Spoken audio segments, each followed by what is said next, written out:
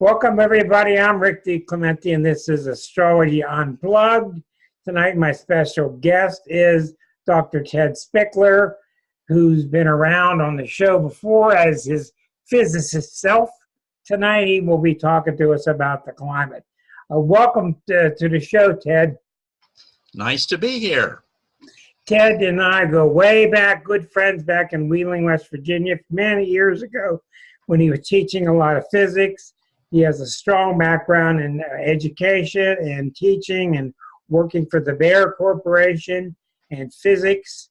And since he's a young-hearted Gemini, he has retired and dove into the concern and joining hands with other scientists and trying to convince the flat Earth people and the no climate problem people that there really is a round Earth, and we do have a problem.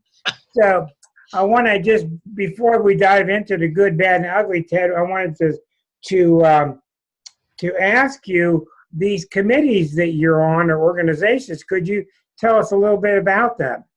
Yes.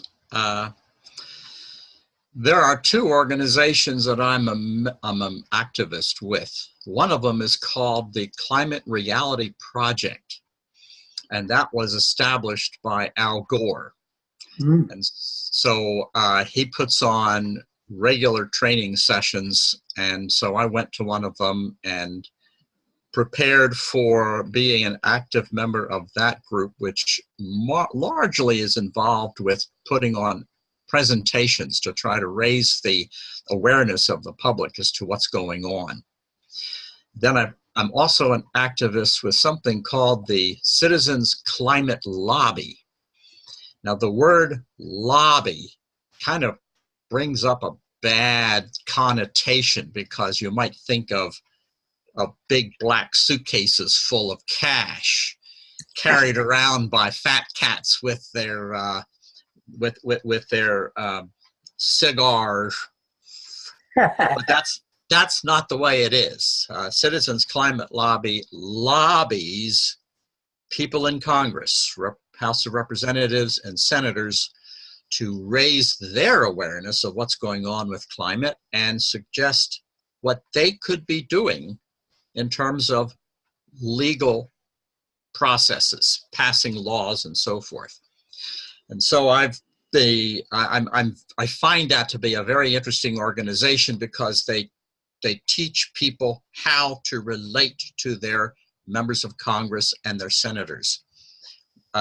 Generally, people have a tendency to think, well, I'm just one little person and I vote, and that doesn't do anything.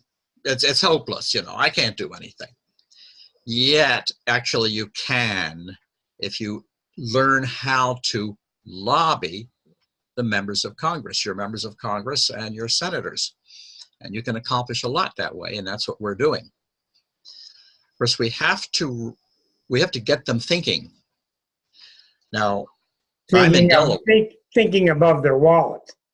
That's right. I'm in the state of Delaware, and so we have a very young, new black lady in the House of Representatives, and she's a Democrat, and so she's thinking the right way.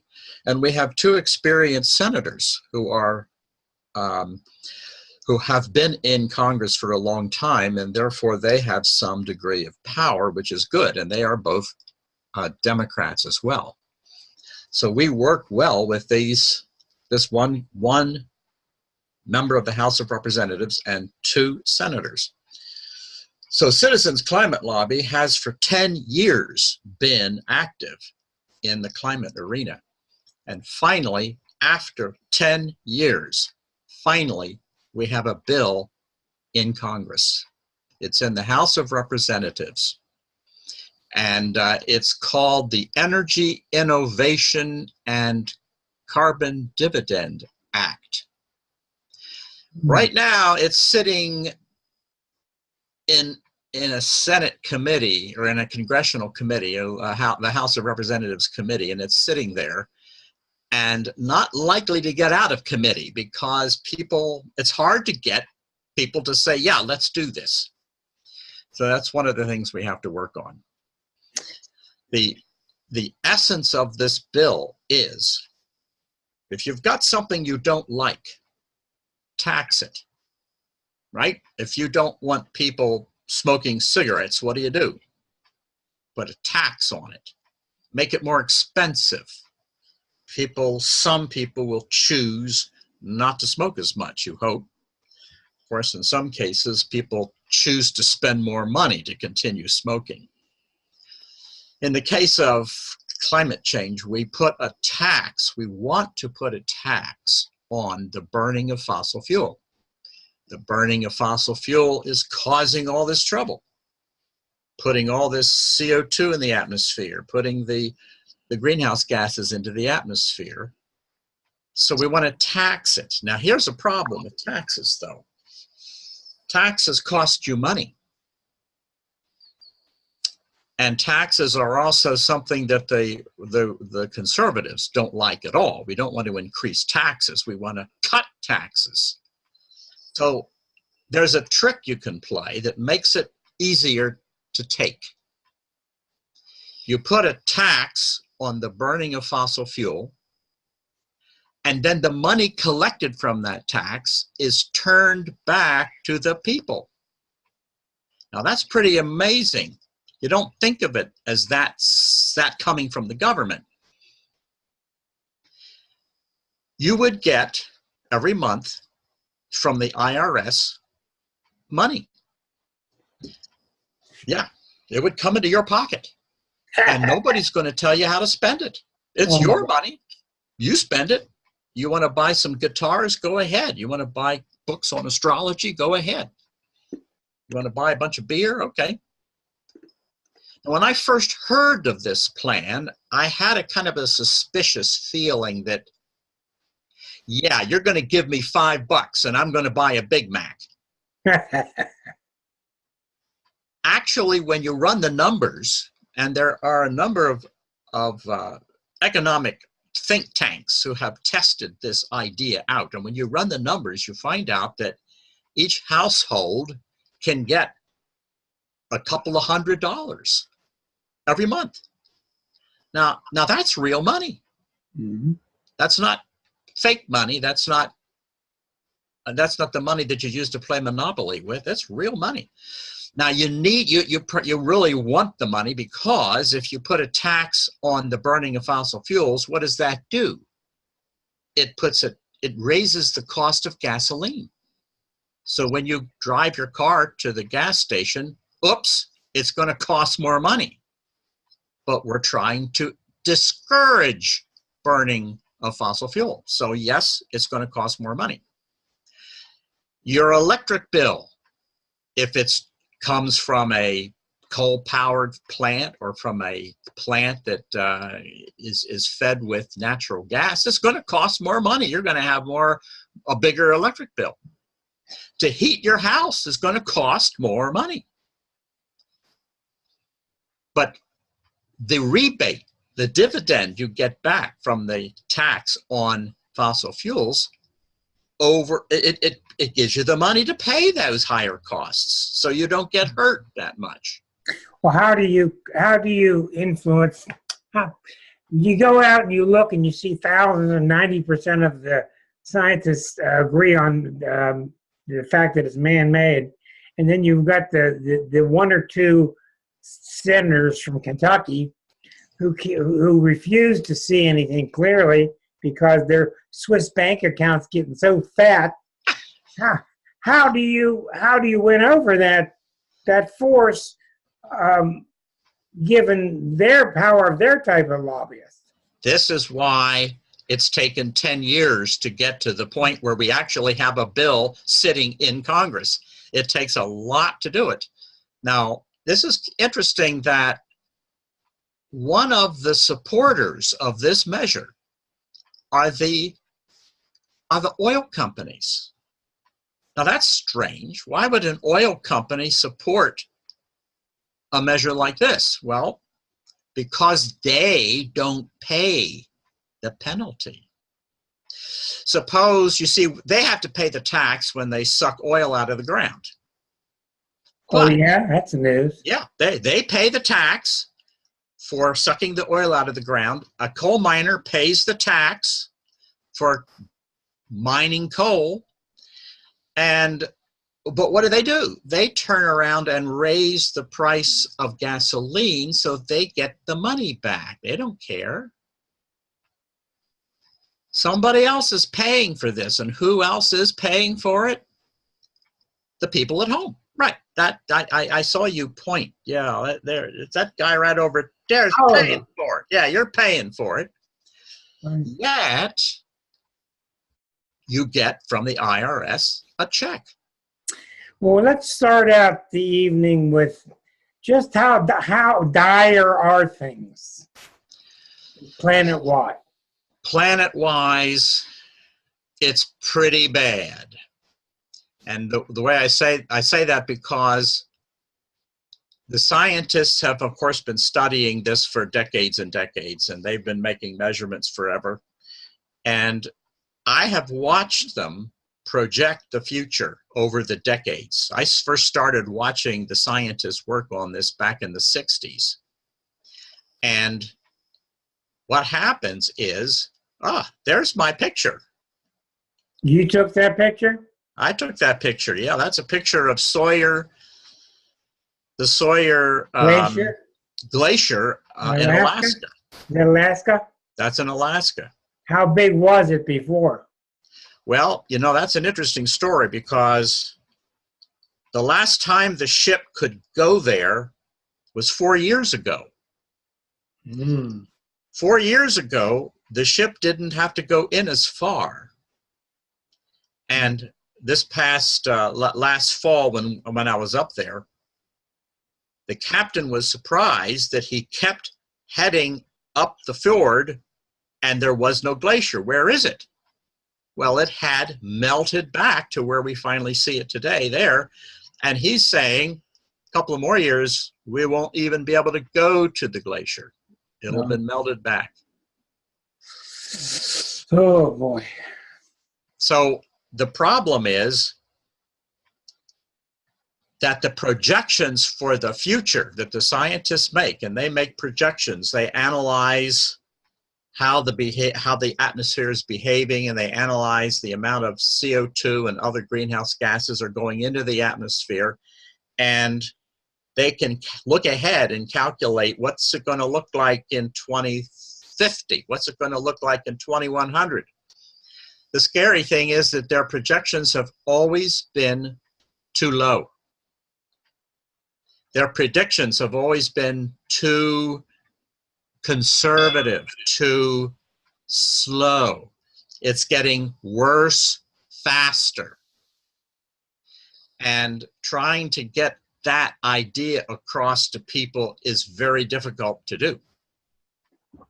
So it was, 15 years ago, they were talking about there's going to be more flooding. Well, today, it's there. You notice what happened up in Iowa, Nebraska?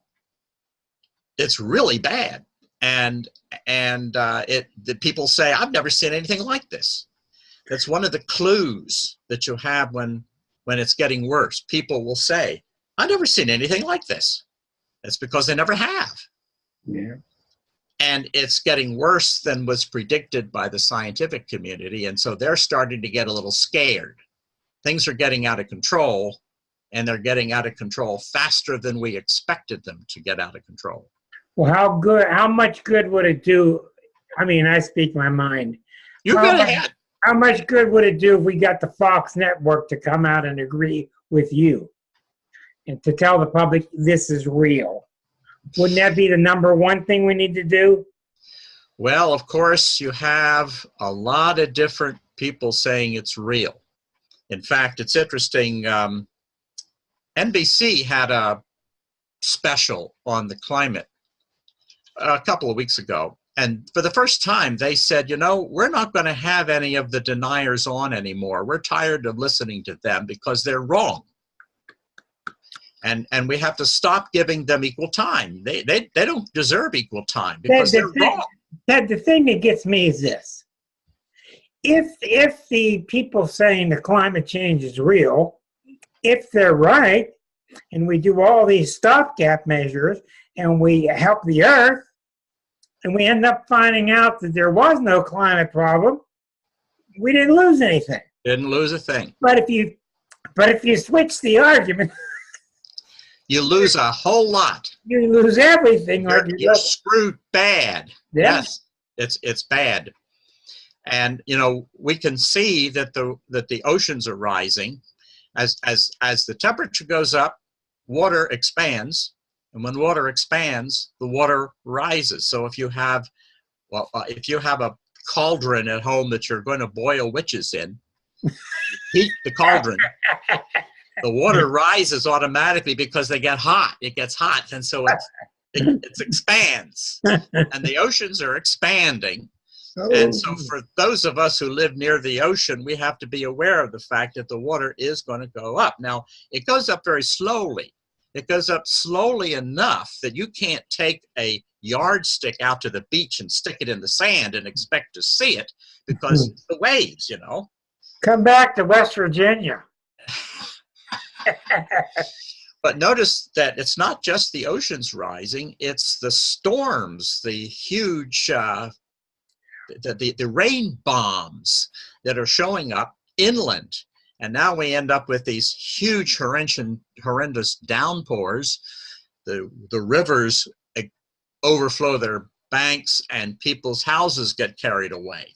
And we've seen that happening just recently. We saw it in North Carolina and South Carolina. Now it's up there in Nebraska.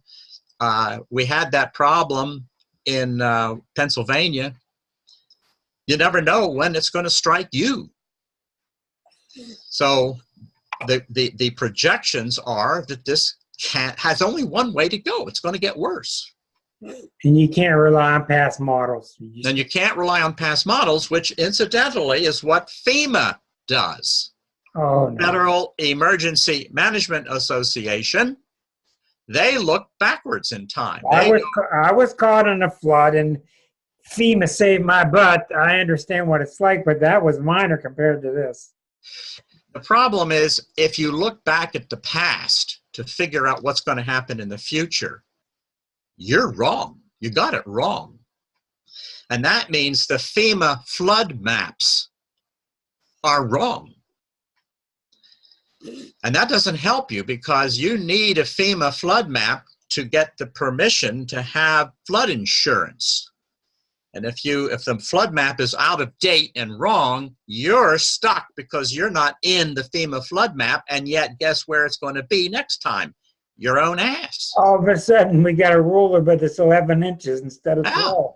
Yeah. So, and yeah, then it's very scary. The other thing that's happening is that the federal government is reining in FEMA. They're looking ahead. They're saying, uh-oh, this is going to get expensive. So they're warning people, you're going to have to cover more of the premiums of flood insurance yourself. Oh, my God. You're going to have to belly up to the bar, and you're going to have to cough up. Now, houses near us, when you get close to the beach, it can cost you $10,000 to $15,000 a month for insurance. Oh my God. Now, you know we can't do that. Only the very, very rich people can do it. Yeah. They probably won't even bother. If their house is blown away, they'll just build a new one without even bothering with insurance. But we can't do that. Ordinary people can't do that. So well, I've heard of a lot of movements now where they're encouraging people to start planting millions and millions of trees all over the planet, and that's something we are doing and can do, and it will help. Yes. So we've got to nip the problem in the bud, though. That's called mitigation, where you try to nip the problem in the bud, and certainly planting trees would help because they will absorb CO2 from the atmosphere. We need to plant millions of trees. Go ahead. If you put the tax on the withdrawal of coal and oil and natural gas from the ground, that's also nipping the problem in the bud, because you're going to slow people down. They're going to be, hey, I can't afford all this money, and they're going to be looking for their rooftop solar panels and their electric cars, and to do whatever they can to go alternative in terms of energy. Well, now you're talking about somebody's got to vote for that tax, right? Yeah. So how do you get the parties that wouldn't support it to all of a sudden start supporting the tax? It's very difficult.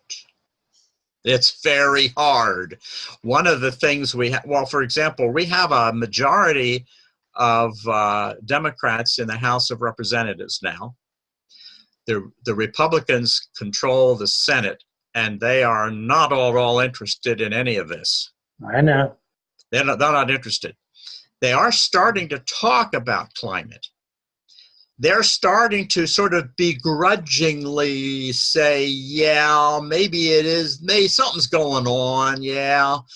But they're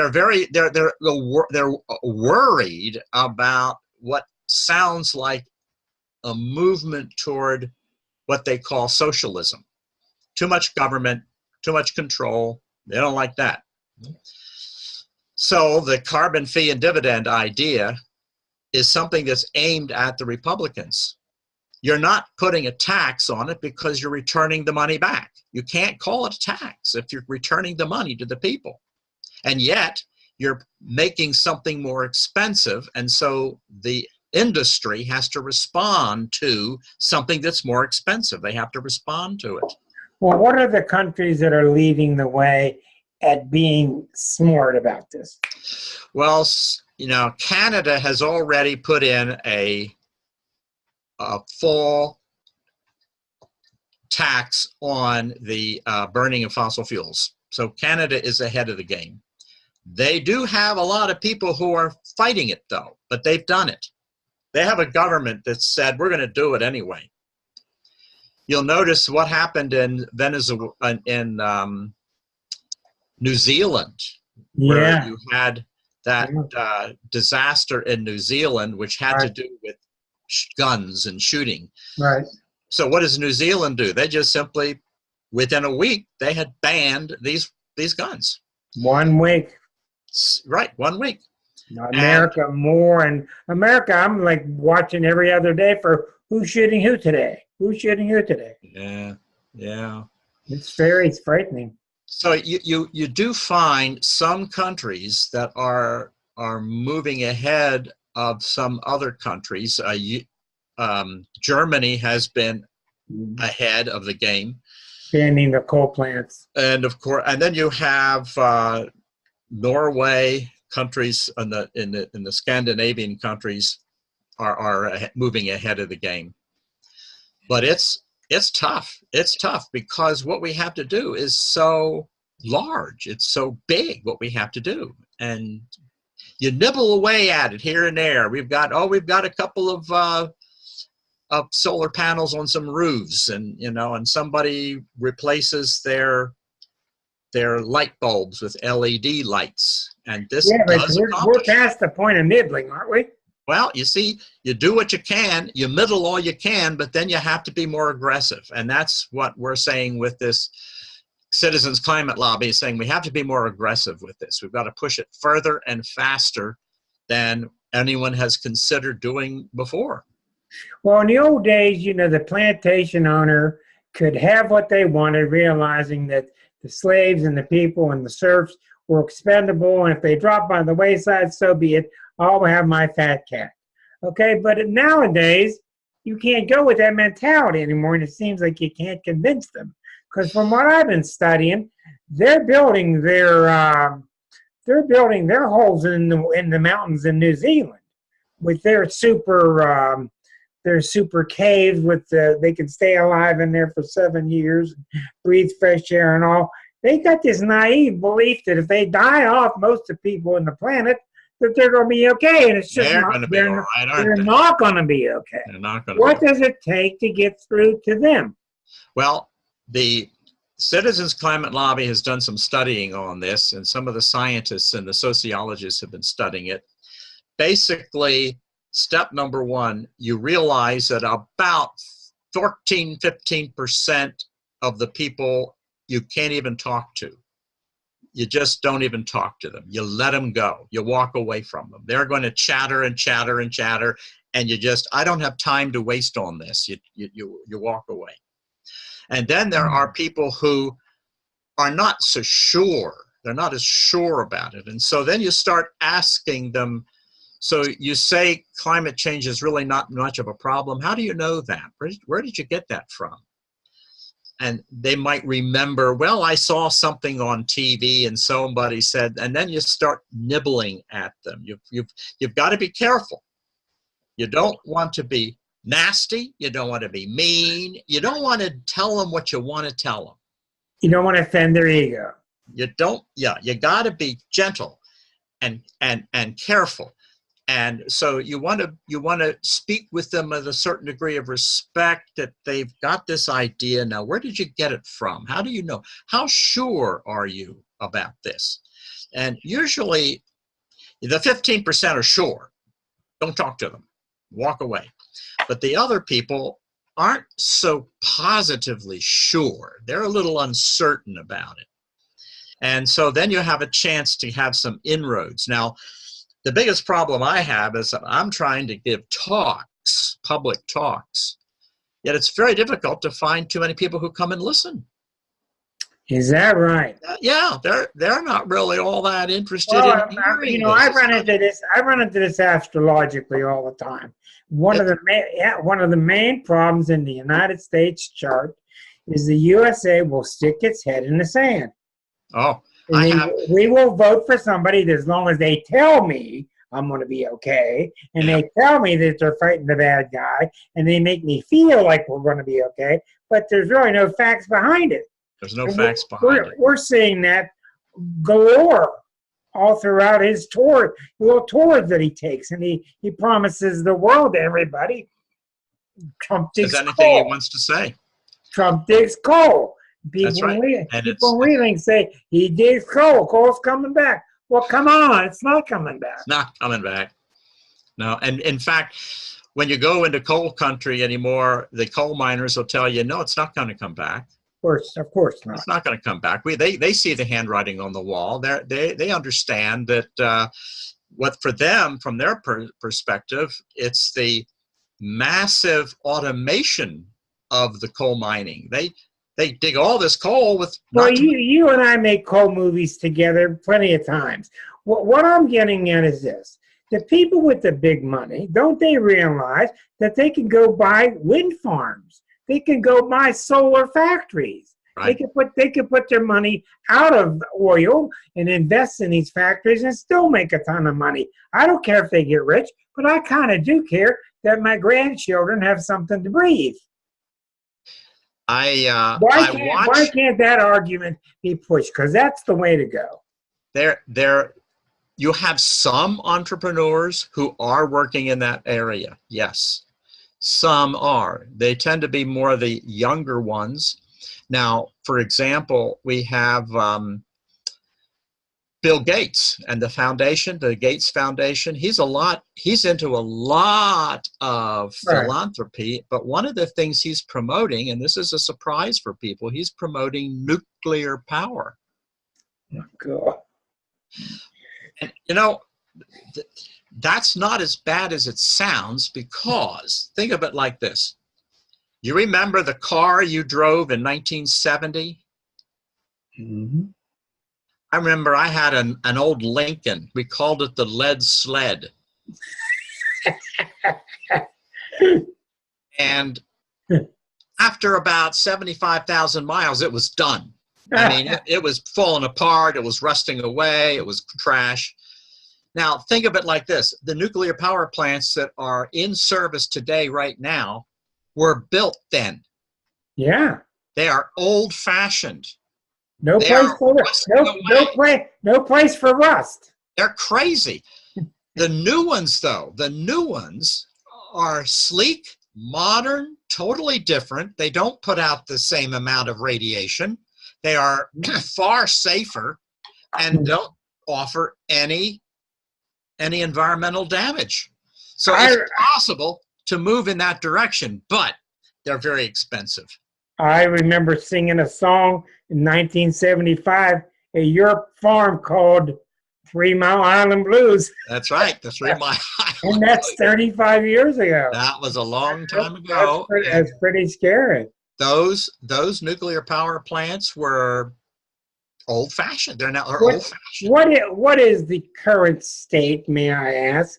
Without curbing anything, what's the current state with Fukushima? With which? Fukushima. Oh, it's a mess. It's awful. It's still a disaster. It's still dumping to the Pacific? They have to, they're trying to put it to sleep. They're trying to cover it up. They're trying to get it so that it's not dangerous. And it's just awful. It's just a disaster.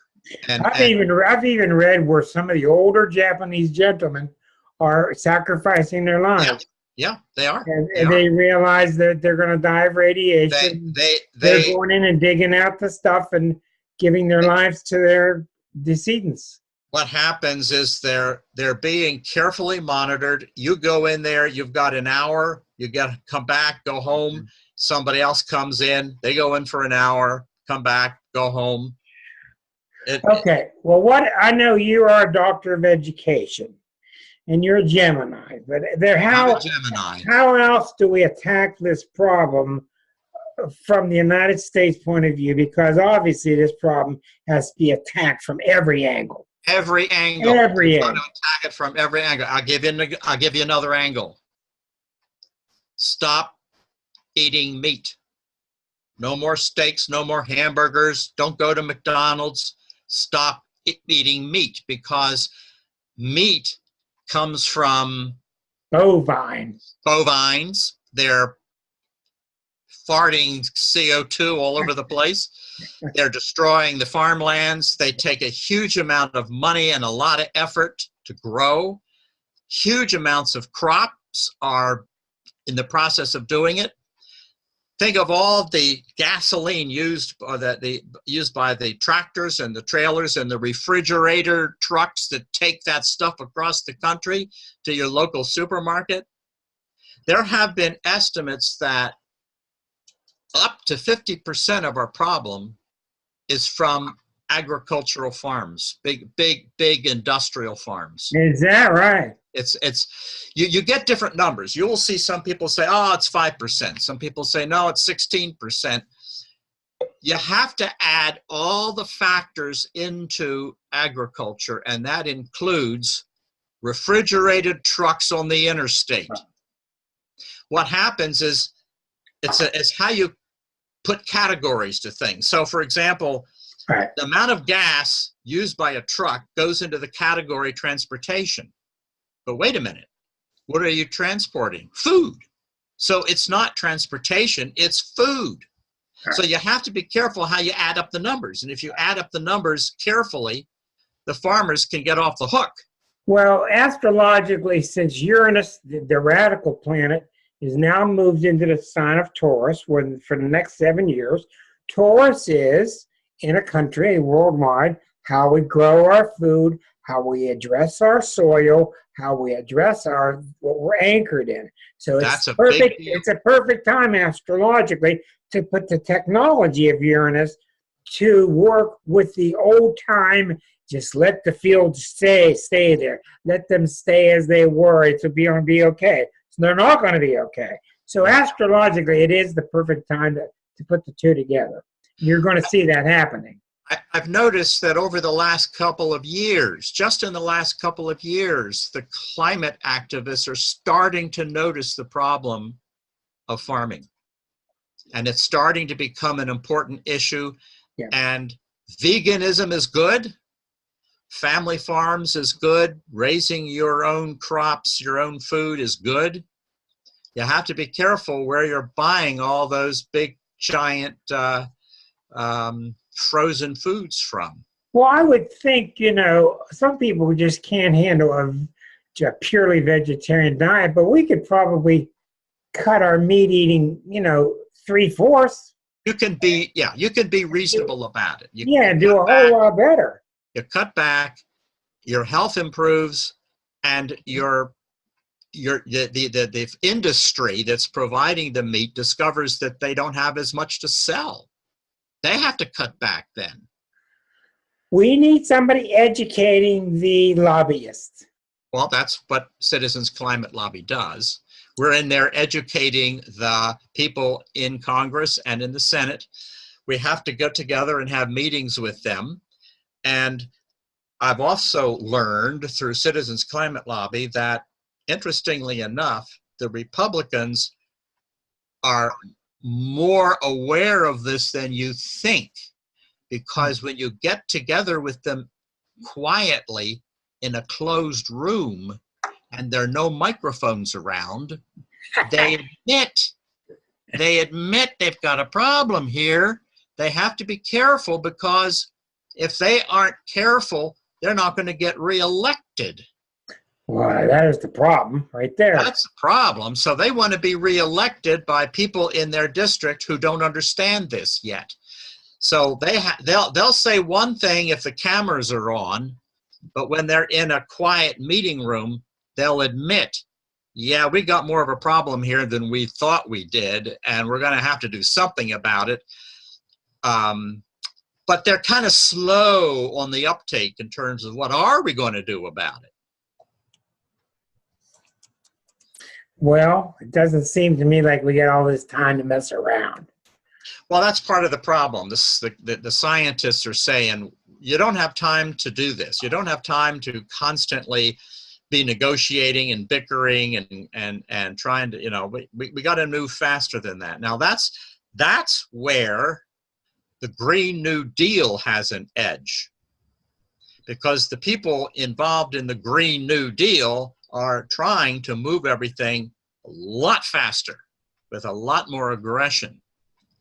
The problem is that getting agreement for that is even harder to get. It's really hard to get. I mean, the Republicans are just climbing all over the Green New Deal. Oh, these are a bunch of socialists. They're destroying the country.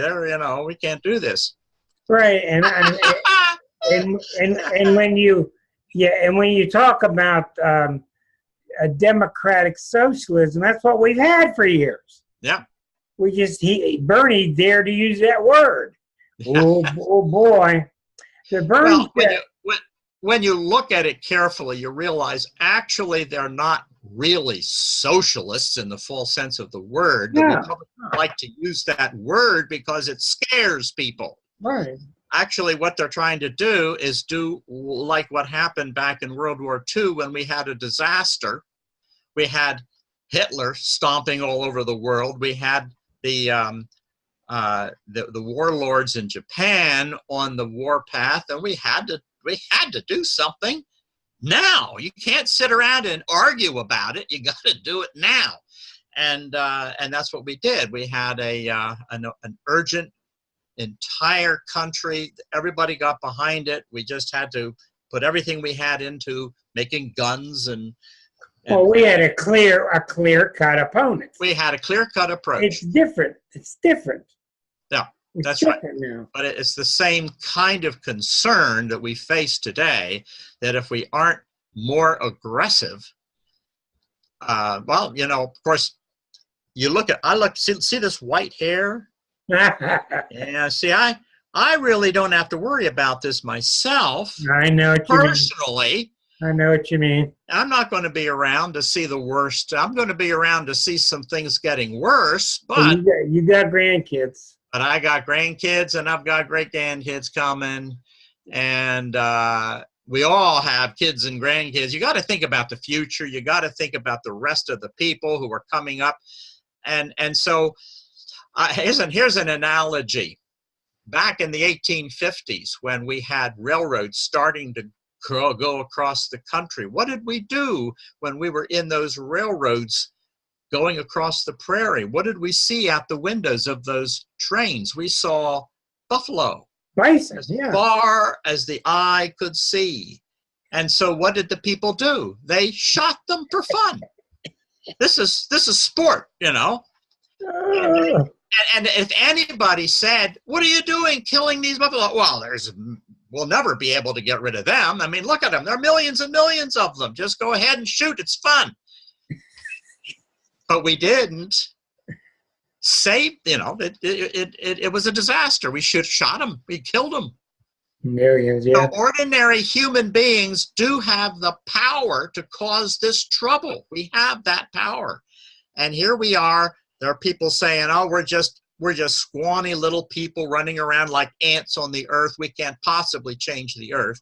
And we know that that's not true. We are changing it, and we have to change it. What do you think about the vision? And I don't think this is crazy. What do you think about the vision that the earth is fighting back? Well, the earth is fighting back. The earth is fighting back. Did you hear? I don't know what the word is for this, but about 4 or 5 years ago, people were hearing this strange hum across the land in other countries, not just the U.S., and they couldn't identify what this hum was. I intuited that the earth was humming itself to purge itself of toxins. Trying to purge itself. Well, you know what? I'll give you an example of purging. It's called an epidemic, a worldwide global pandemic of some awful bug that will kill off half the population of the planet. That's purging, and that could happen. Oh, yeah, that's the big purge. It could happen. It's not outside of the realm of possibility. I lived in Frederick, Maryland, where it all started. That's where they started the labs for. Oh yes. Remember that guy that got caught, and they had to drain his lake near his house, and he was chemical warfare. It was all started in Frederick. Fort Detrick. Fort Detrick. Fort That's Detrick. Exactly right. Yep. Fort Detrick. Well, that's what scares me more than anything. Because go ahead. Well, I was going to say that another analogy I use is, if the evening news came up and said, "There's an entire flotilla, an army of Godzillas approaching the coast from Japan." Godzillas with their, we're not going to sit around and do nothing. People are going to demand immediate action. Get the Army over there, get the Navy, get the Air Force, kill those Godzillas, because they're going to be climbing out of the ocean in the next hour and a half, and we're all dead. The problem is with climate change is that you don't have that kind of immediate see the Godzillas, yeah. We need an army of Godzillas that we have to bulb. Yeah, but how many more Katrinas do you have to have before you realize it? And the fires, look at the fires in California. How many people's houses have to be burned to a crisp before finally somebody says, "Oops, something's going on here"? They're not going to be able to get insurance. Yeah. And the same thing about, I've heard that the farmers up in Nebraska and Iowa will not recover for 2 years. That really? They can't recover. It's going to be 2 years before they can do anything. So, but you know what? I'm dry. I'm okay. Yeah, but Chad, I've known you for a long, long time through a series of lots of things. You're a very optimistic person. So in your groups, what are the voices of optimism saying? Yeah, the voices of optimism are saying, we do have the means for fixing this. It's not hopeless yet. We can fix it. We just have to get started and move faster than we have been. And so the pessimists are saying, we're not doing enough fast enough. And the optimists are saying, keep putting your shoulder behind the wheel, keep pushing, keep talking to people, keep getting out there, keep spreading. It's not in the U.S. nature. It's not the American nature to do it. You got to just get out there and do it. Contact your congressmen, contact your senators, tell them, I want to see action, do something. We can't sit around and just continue to goof off. By the way, I have two things that I watch in terms of watching, like, how are we doing? There is an observatory on Mount Mauna Loa in Hawaii, which measures the CO2 content of the atmosphere. And they produce a graph month by month. We can watch that content. And I watch that graph. I'm looking to see when it stops accelerating the rise. I mean, it's going up and it's curving upward. No. It's curving up. We've got to see it straighten out, and then we've got to see it start to level off and go down. It ain't doing it. Despite all that, we've got all these solar panels on roofs. We have wind turbines. We're doing all over the world. We've got people trying to do something, and it's not enough yet. Where is physically, where is the carbon dioxide gathered? Is it in the stratosphere? Is it? It's in the atmosphere. It's in the part of the it's in the part of the world that we breathe and the part that airplanes fly in. Is that the main reason there's so much cancer? I don't see it as being a cancer issue unless excessive heat would augment a cancerous reaction. See, we need the greenhouse effect. This is what it gets confusing. We do have to have a greenhouse effect. If we don't, we're going to be in a planet of solid ice. We'll all die. So you have to have some of the greenhouse effect. But our problem is that we have a lot more than we've had in 3 million years. That's a long time. 3 million years. People who say, well, this is not caused by humans. Well, wait a minute. You go back 3 million years, and you still haven't come to a point where it was as bad as it is right now. Nature doesn't provide that kind of bad. It's just not there. We're doing it. Right. I've had people ask, so how much are people responsible for this? How much? The answer is puzzling because it doesn't sound right. The answer is 110%. Oh. We're not talking 50%, not 80%, 110%. Now, how can something be 110% of something else? It sounds crazy.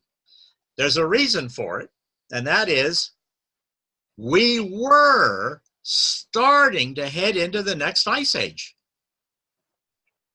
We were.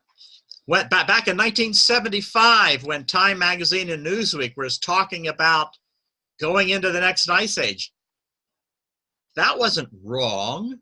That was possible because the curve was starting to cool down. We were starting slowly, very slowly to cool down. And then around 1919, it suddenly turned around and started going up, and now it's shooting up. We've canceled the next ice age. It's canceled. Around what year? 1915. Oh, really? That's when it started. That's when it stopped going down and started going up. Now we before that we had people burning coal in steam engines, So we were starting to have a slight effect, but there weren't that many of us. Right. Now, by 1915, what do you see? Henry Ford, the Model T. Now you're starting to get serious about burning oil, and that's when we started to see a rise in the atmospheric CO2. Well, it seems like the youth of today are being raised and educated, and they understand it. Yes. getting the old fogies in Congress. Well, It's like always. there are some newbies in Congress who understand Oh, it. I'm well aware. I'm well aware. They're there. And this is why some people say the 15% who you can't change their mind, they have to die off. So Yeah. they're going to die off. They're going to be gone. It makes sense. Yep. And we got to push on the ones who have a possibility of recognizing what's happening. Every time a house floats away, every time a house is burned to the ground, you got one more vote. You got one more vote. Because these people suddenly realize this is really serious. I mean, this has hurt me bad.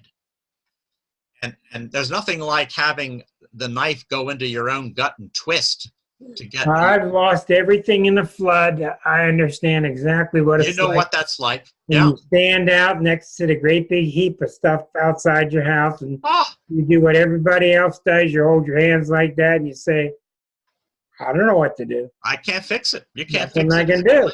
You got to start all over again." Thank God for FEMA. This was 2006.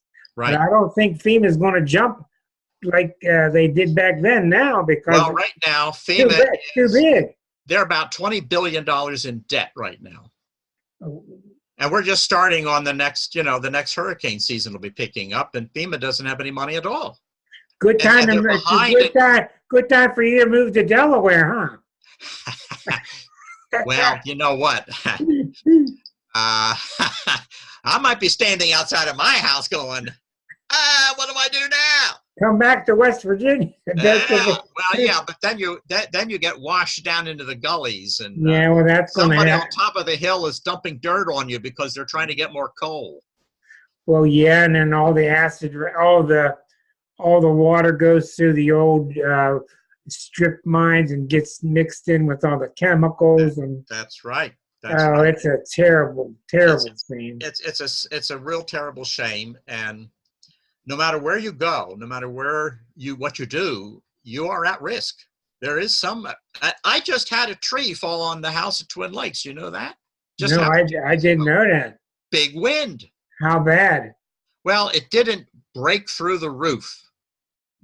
Oh, that's good news. But it just goes to show none of us are really completely. You can't take it for granted. You can't take it for granted. No. Well, is there some other issue that you would like to touch on? Because I want to open it up to questions for you, because we appreciate I think opening it up is a good idea. Okay. Well, everybody, I want to take advantage of this wonderful visit by Dr. Ted. He's so darn good at talking about these things in layman's terms, but yet backed up by real scientists, among other scientists. So if you have a question for him, you can go ahead and turn your microphone on and go ahead and ask. Elke's got. There. Go ahead. Hi. Yeah. This is so interesting. I've been following climate change for long time now, and I feel exactly the way that you feel, and it's just so scary. I live in northern Canada, and I think I'm going back and forth. Should I move? Should I not move? Should I move? Should I not move? Because, the further north you are, the more you are relatively safe. So who knows? But my question is this. I read somewhere, there was by a person, he's a healer, an amazing healer.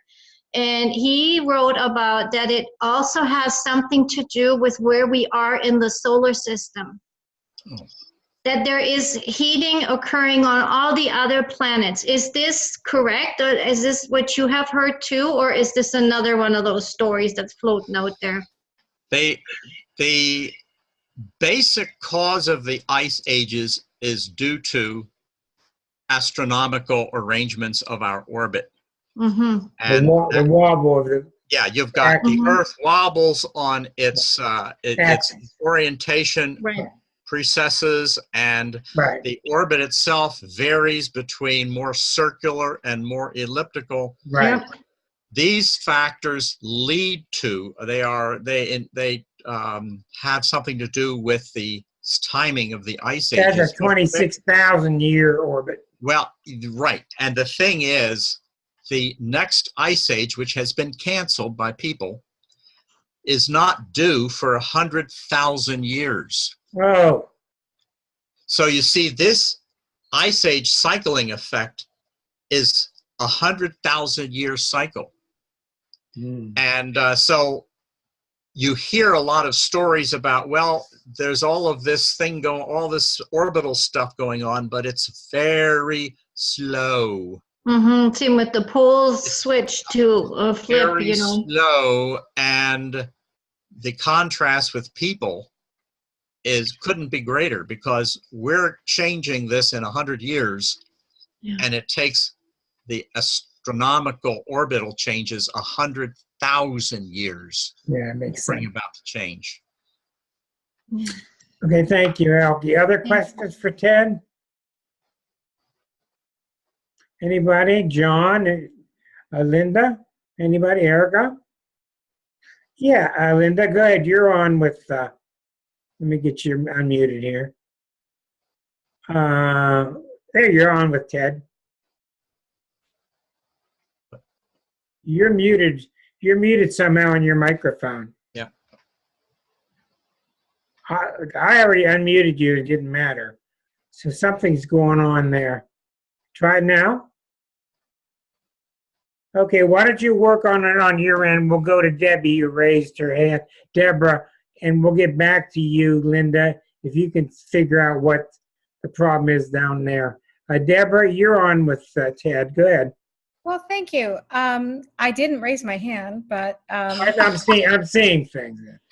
but very interesting discussion, and I am a proponent of climate change, and very, very frustrated about the political resistance to it, which is just mean-spirited as far as I can see. It's the ego. It's the collective ego.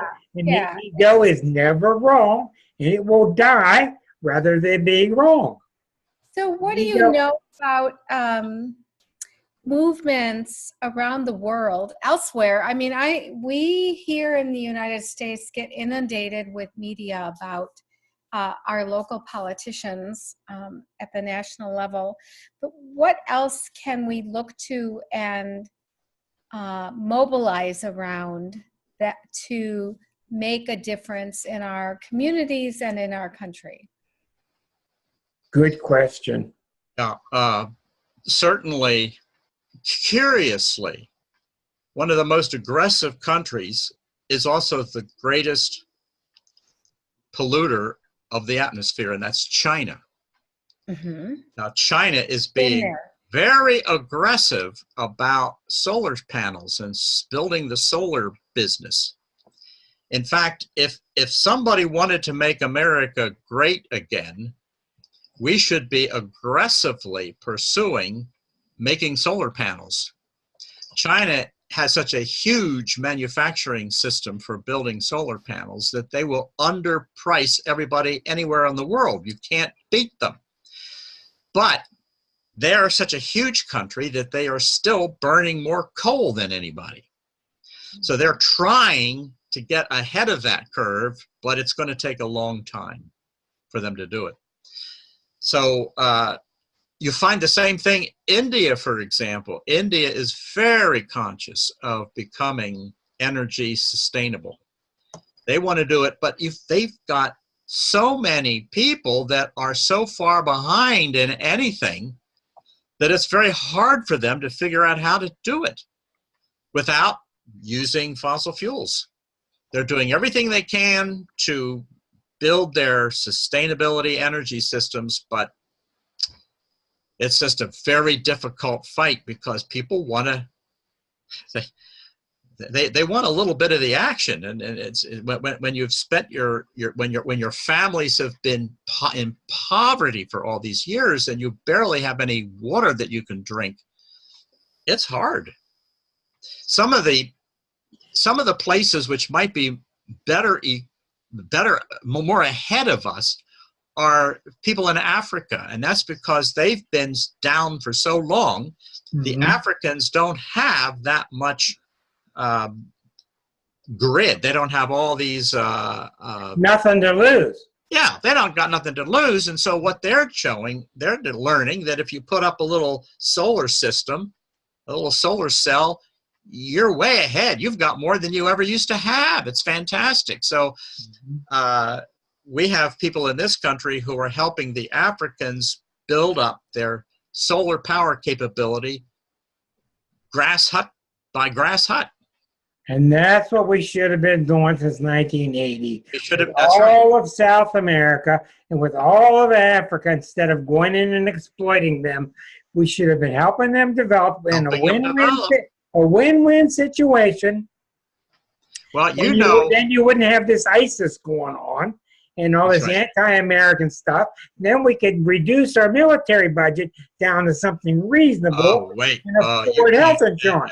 You can't reduce the military now. You get rich. You can't. Yes, we have. That's the number one problem. That's We're over. I call it. What did I call it? What do they call it? Where you hit the mouse? Remember the moles come up? Oh, the whack-a-mole. Yeah, I call it whack-a-country. Whack-a-mole. Whack-a-country. Every time a country starts to stand up, we get threatened and we whack them down. And one pops up, we whack them down. There's no real reason to it. We just don't want the possible threat of somebody standing up. One of the things that I've seen locally, outside of Pittsburgh, there's a community that decided they were going to build their own microgrid.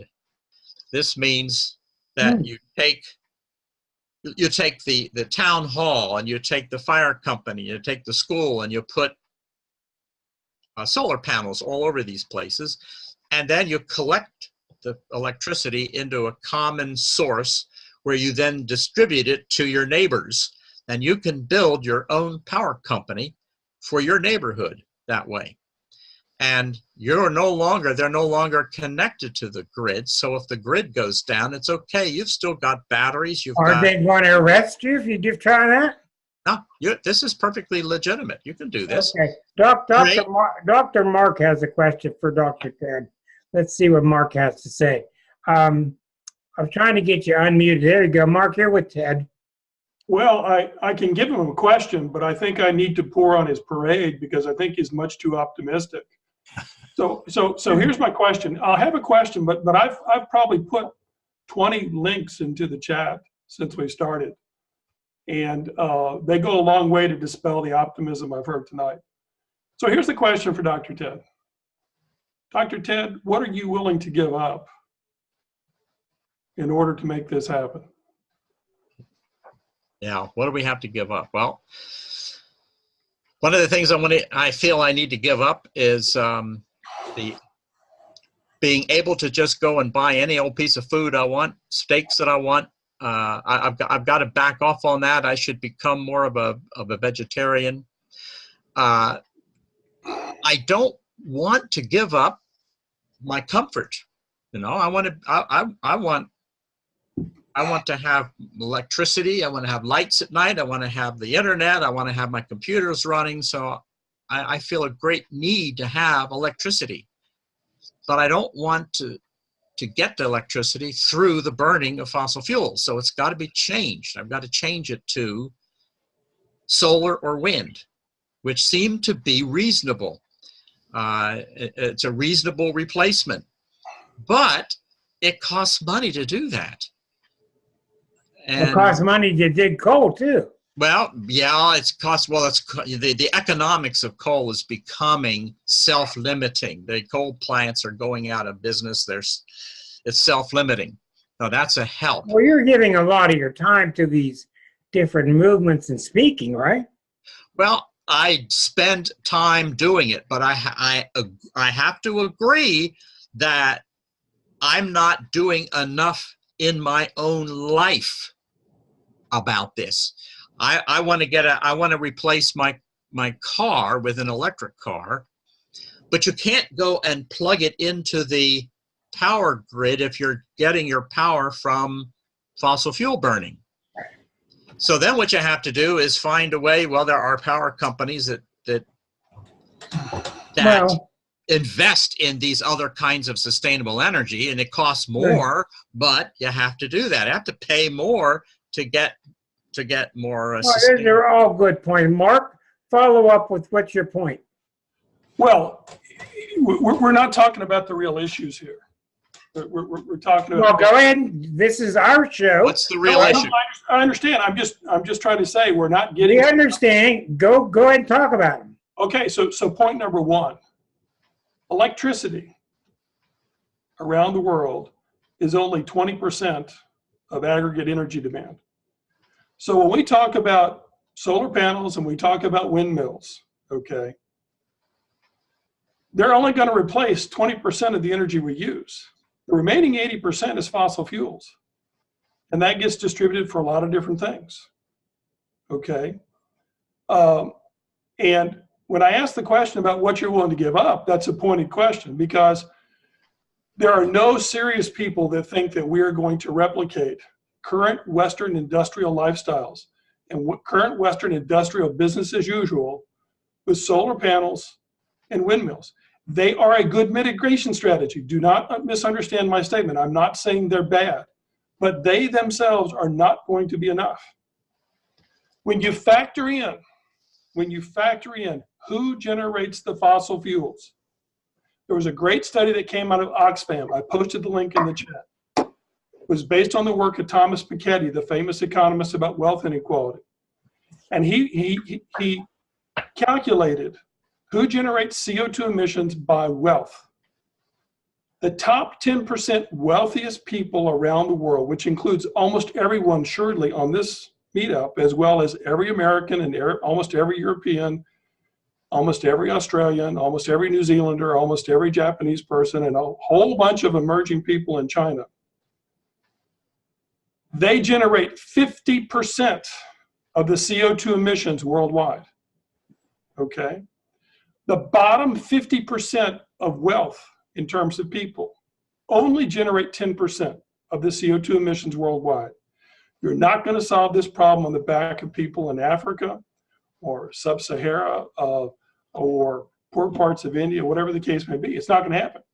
The people that need to be impacted are the 10% wealthiest people in the world. How do you do that? Okay, hang on. I'm going to get there. There's a whole long list of things here to talk about. The best person I've seen talk about this is Professor Kevin Anderson. He's a deputy director of the Tyndall Climate Center in the UK in Manchester. I posted a link to his most recent video from January, but he's been talking about this for years.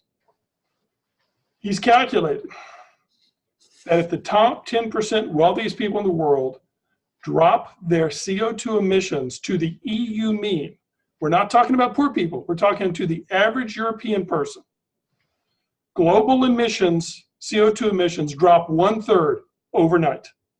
Bam, 1/3 reduction.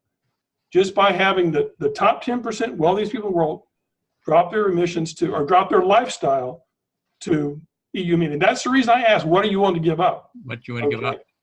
Okay, so if you're going to be the average EU citizen, you probably don't have a car. You probably use public transportation. You probably live in a much, much smaller house, amongst a whole bunch of other things. And that's the reason for that question. What are you willing to give up? Because that's what this comes down to.